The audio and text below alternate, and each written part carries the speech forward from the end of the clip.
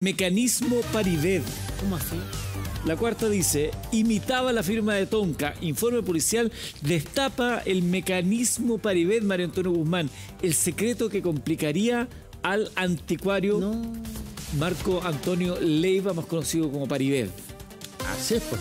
Complicada está la cosa ya en la investigación, porque este informe de una otra manera viene a ratificar lo que se había adelantado en su minuto, de que había sido la línea de comentarios de Tonka Tomisic en la investigación de la Fiscalía Metropolitana Occidente, que ella reconoció de nuestra manera que le dio un mandato libre, dejó muchos documentos oficiales a nombre de Paribet, o en el uso, en definitiva, de Paribet, y hoy este informe viene a ratificar aquello, es decir, ya imitar la firma, te vas acostumbrando, oye, yo la firmo, no te preocupes, yo la firmo y no te preocupes, oye, voy a pagar esto, yo lo firmo, no te preocupes, y bueno, y ahí ya perdemos la huella, podríamos decirlo así. Una relación de confianza, sí, además, un matrimonio. Se habla de planificación, se habla de premeditación. Yo entiendo el punto que tú planteas, ¿no? Una relación de confianza entre una pareja, pero me parece que eso en materia legal tiene otras implicancias, ¿no? Eso es falsificación de instrumento privado. Es un delito que está tipificado en el Código Penal.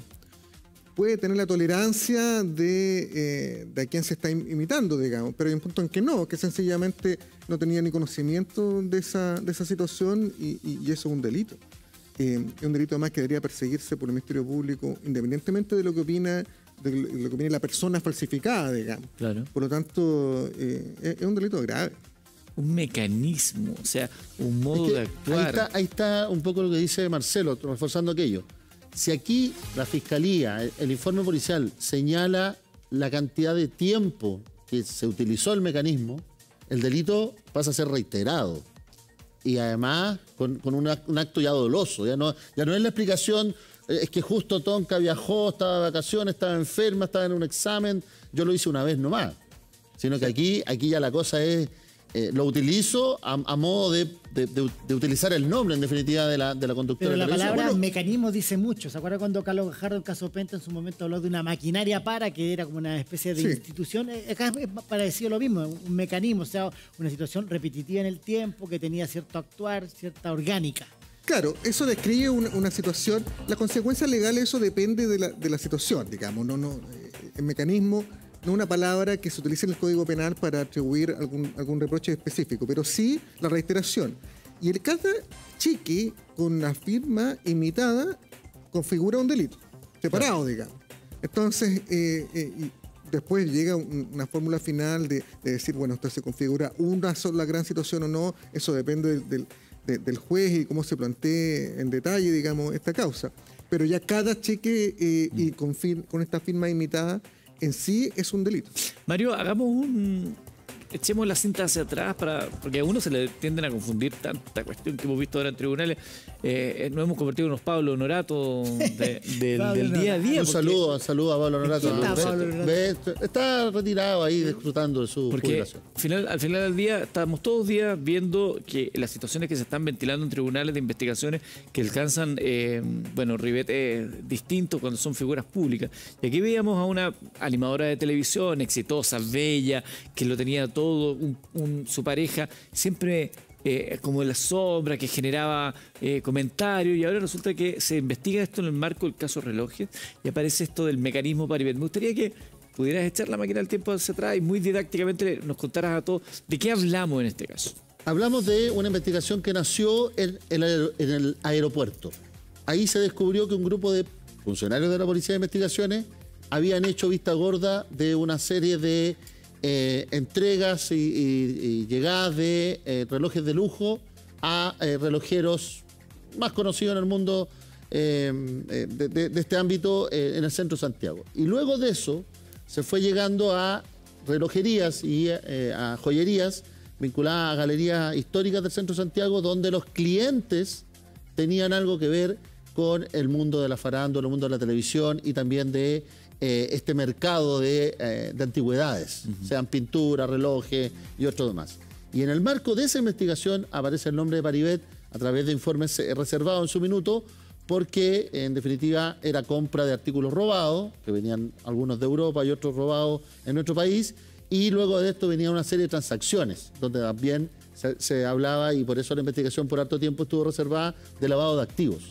Y ahí aparece el rol de Marco Antonio López Paribet, y donde termina, en definitiva, allanándose su casa, tomándole declaración, formalizándolo, imputándolo por parte de la Fiscalía Occidente en una investigación que sigue su curso y donde ya las esquilas le llegaron abiertamente a su pareja, a la modelo Tonka Tomisic. O sea, al punto que han mermado su capacidad profesional y su desarrollo en los medios de comunicación. Hoy día está fuera de la televisión. Se separaron. Cuando estaba en un momento expectante, digamos, de su actuar profesional. Este señor Marco Antonio López Spaghi, más conocido como Paribet, se sabía que era como anticuario, que ese era como su ámbito de acción, ¿no? Sí, él partió como un sanador, entiendo yo, en el mundo más público y luego en el mundo de la televisión vinculado a otra modelo, luego a Tonka Tomisic. Y entiendo que en el camino de esta, como tú dices, de segunda línea, empezó a darse cuenta que obviamente no podía mantener ese rol y comienza a esta búsqueda de objetos, de antigüedades, en un mercado que es muy atractivo, si es que se logra realizar bien, pero también entiendo que tiene esta línea muy delgada, que tiene que ver además con antigüedades o con cosas históricas, arqueológicas, que pueden tener dudosa procedencia. En Inglaterra hay toda una polémica hasta con un Moai chileno. Claro. Entonces, a partir de eso, empezó también a tener según la investigación, esta cara de un hombre que ofrecía estos relojes o estos artículos de joyería de alto lujo, de alta gama, de manera muy rápida y sin mucho papeleo, en definitiva, porque hay que pagar una serie de impuestos cuando las compras llegan a otro tipo de niveles que no son para el común de la gente, podríamos plantear así. Y es así como se le involucra, y una de las joyeras, además del denominado Rey del Oro, lo señala abiertamente como uno de los clientes, ¿no? Si Paribet aquí viene, se lleva cosas, me trae esto otro. Y la señora Estrella, que era conocida ahí en la joyería de Santo Domingo con 21 de mayo, termina vinculándolo directamente, y es por eso que la Fiscalía apunta también a su rol en la falsificación, en la receptación y en estas compras de artículos robados. No sé si coinciden, pero dentro del análisis de este caso, esto de la doble vida, porque se aparentaba una cosa a nivel público, ¿no? De lujo, qué sé yo, pero finalmente son negocios más bien ligados al inframundo, al bajo mundo, a las galerías de Santiago. Uno pensaría, ¿por qué tiene que vender ahí? Y es cuando saltan los tapones de la investigación para hablar justamente de que estarían ilícitos. ¿Por qué una persona del poder adquisitivo que se menciona Paribet hace estos negocios que son caratulados como truchos finalmente? Sí, y ahí hay una hebra que también está vinculada a Leonardo Farcas, ¿ah? En algún minuto supuestamente Paribet hace negocios. Recordemos que Leonardo Farcas, la gente lo conoce mucho por su vestimenta, por su rasgo, pero él tiene un negocio minero. Es decir, de donde tiene su capacidad económica tiene que ver con un negocio minero vinculado a la plata, al oro y a otra serie de minerales bien valorados que no son tan conocidos como el cobre, podríamos tratar. Y ahí también surge esto de que hay una venta, hay una compra, hay unas falsedades, y también ahí salta este tema de que al final, al parecer, al señor López le gustaba esto de los negocios que no tuvieran tanto tema legal, en definitiva, o tanta formalidad, y luego saltó ya definitivamente el caso Relojes con informes reservados que se conocieron y el allanamiento que vemos ahí en pantalla que se realizó en la casa de ambos cuando aún vivían juntos y que gatilló además la separación, entiendo, de ellos como matrimonio. La figura de este señor Paribet siempre ha generado como un atractivo, porque es como misterioso, porque se llama Paribet, porque no utiliza su nombre. Una nota publicada por Glamorama hace ya algún tiempo habla que el marido, en ese entonces marido de Tonka Tomisic, posee energía, algo especial. Asegura quienes lo conocen y personajes de la televisión así dan cuenta de ello. No es chanta, realmente tiene poderes de sanación y es evidente, me consta, aseguró la modelo rusa Inesa Sorokina, expareja del guía espiritual, al diario La Estrella de Valparaíso. Y antes de que se hiciera conocido por su relación con Tonka Tomisic, ya había llegado a oídos de personajes como Vivi Kreuzberger. En agosto del año 1998, 4 jóvenes murieron en un choque en Avenida Kennedy y la revista Glamorama relató que Paribet, comillas, presintió ese accidente horas antes de que ocurriera. En la madrugada del 21 de agosto de 1998 salió raudo de su casa en dirección al lugar donde minutos después se produciría tal choque. Vio todo el accidente, estacionó su auto y les prestó los primeros auxilios y además recogió los mensajes que los chicos en estado agónico les enviaban a sus padres, dice esta crónica. Vivi Kreutzberger conocía la historia cuando invitó a Tonka Tomisic a Gigantes Convive hace algunos años. Como siempre, López la acompañó y la esperó pacientemente en el backstage. Ahí conoció a la hija de don Francisco y se convirtieron en amigos. Él tiene un sentido espiritual muy grande y lo hemos compartido. Creo que uno va aprendiendo porque antes era mucho más escéptica. He ido aprendiendo a creer, declaraba Kreutzberger a la revista Glamorama el año 2006. También cuando el exdirector de este programa, Buenos Días a Todos, Mauricio Correa, dio una batalla contra el cáncer, año 2005, la pareja de la reina del Festival de Viña del Mar, Tonka Tomisic, se convirtió en un importante apoyo. Con sus consejos y palabras, López fue una fuente de fortaleza para el encargado del entonces matinal de TVN, que le agradeció públicamente. Y así una serie de antecedentes que hablan de este rol, en el caso de Tonka, que era era pareja, su marido, pero también de una suerte de asesor espiritual, de una guía que la... ¿Ah? Una especie de enviado. Claro, una guía, un asesor espiritual que tenía esa capacidad quizás de ver lo que nosotros no podíamos ver, es lo que se señalaba en ese momento. Bueno, lo que no podíamos ver era que estaba involucrado en este tipo de cosas y que el día de la justicia lo tiene ahí sentado en el banquillo de los acusados. Ahora la historia ha demostrado que este tipo de personas construyen esta personalidad, este personaje, para generar las confianzas para luego pasar a esta otra fase. No es extraño. Lo mismo ha ocurrido con otros guías espirituales y otros delitos ya vinculados de otra gravedad, delitos sexuales, de abuso de conciencia, confianza, etcétera. Pero en este caso, claro, tenía que ver con al parecer, por lo que dicen los mismos informes policiales, lo que en algún minuto plantean los querellantes en esta causa, el afán de lucro o de obtener este tipo de objetos lo llevó a dilapidar esta credibilidad. Está esa frase que cuesta tantos años generar la credibilidad y en segundos se puede caer y destruir, en definitiva. Y eso es un poco lo que le sucedió, ¿no? Lo que dice Mario, se ha visto un montón de lados. Hay un patrón de cierto tipo de personalidad que intenta de alguna forma envolver, controlar a otros, aparentando alguna espiritualidad adicional, distinta. Vemos como gente que dirigió secta, que terminó cometiendo delitos. Vemos gente que tenía cáncer, pero resulta que no lo tenía, pero tenía, y lo vimos en la Convención Constitucional, digamos, con este personaje Rojas Vade.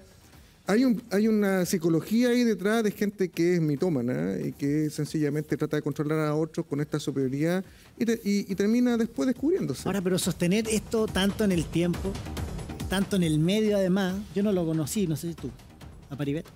Sí.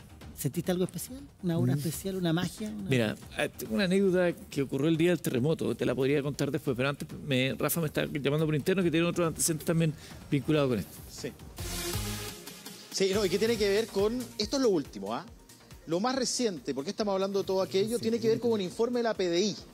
Y lo voy a citar, porque acá está la clave de por qué este mecanismo Paribet hoy día hace y vincula al ex marido de Tonka Tomisic, con quien emitaba la firma para que los cheques tuvieran la apariencia de haber sido firmados por la ex animadora de televisión. El informe dice lo siguiente, lo cito: López Spaghi fabrica liquidez en efectivo mediante documentos bancarios personales de Tonka Tomisic, Petrich, que respaldan su obligación de deuda con el objeto de utilizar dichos dineros sin trazabilidad inmediata a sus productos financieros para concretar así la obtención de joyas o relojes sustraídos.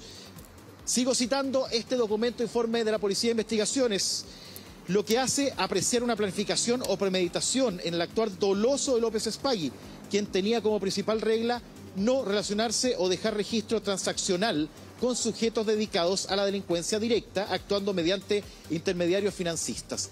Este es un documento de la Policía de Investigaciones que está a disposición del fiscal Eduardo Baeza, que lleva la causa. Y aquí es donde también, dentro de las declaraciones de los imputados que se han obtenido hasta este momento, se habla de lo siguiente, y aquí es clave este mecanismo Paribet. Estrella Dinamarca, recordemos que es la que tiene la joyería en el centro de Santiago, donde sería un elemento fundamental. Hasta ahí llegaban muchos de los elementos robados en el extranjero. Dice lo siguiente: Marcos López me pasaba cheques de su señora Tonka Tomisic. Entonces, yo que aún tenía cupo, le pasaba el dinero que Domingo Jalil financiaba por un porcentaje de ganancia.